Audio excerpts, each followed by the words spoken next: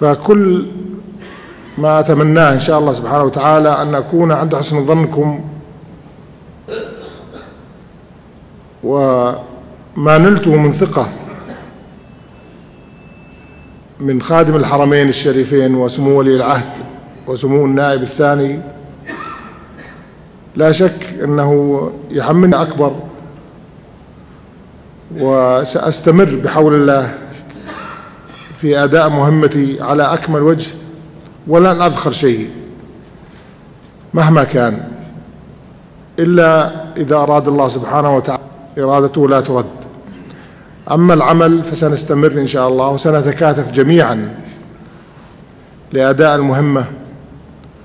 فمنطقة مكة المكرمة تحتاج منا الكثير والكثير، ونرجو من الله العون والتوفيق، وأن تكونوا دائما وأبدا في أحسن حال، والله يوفقكم، والسلام عليكم ورحمة الله وبركاته.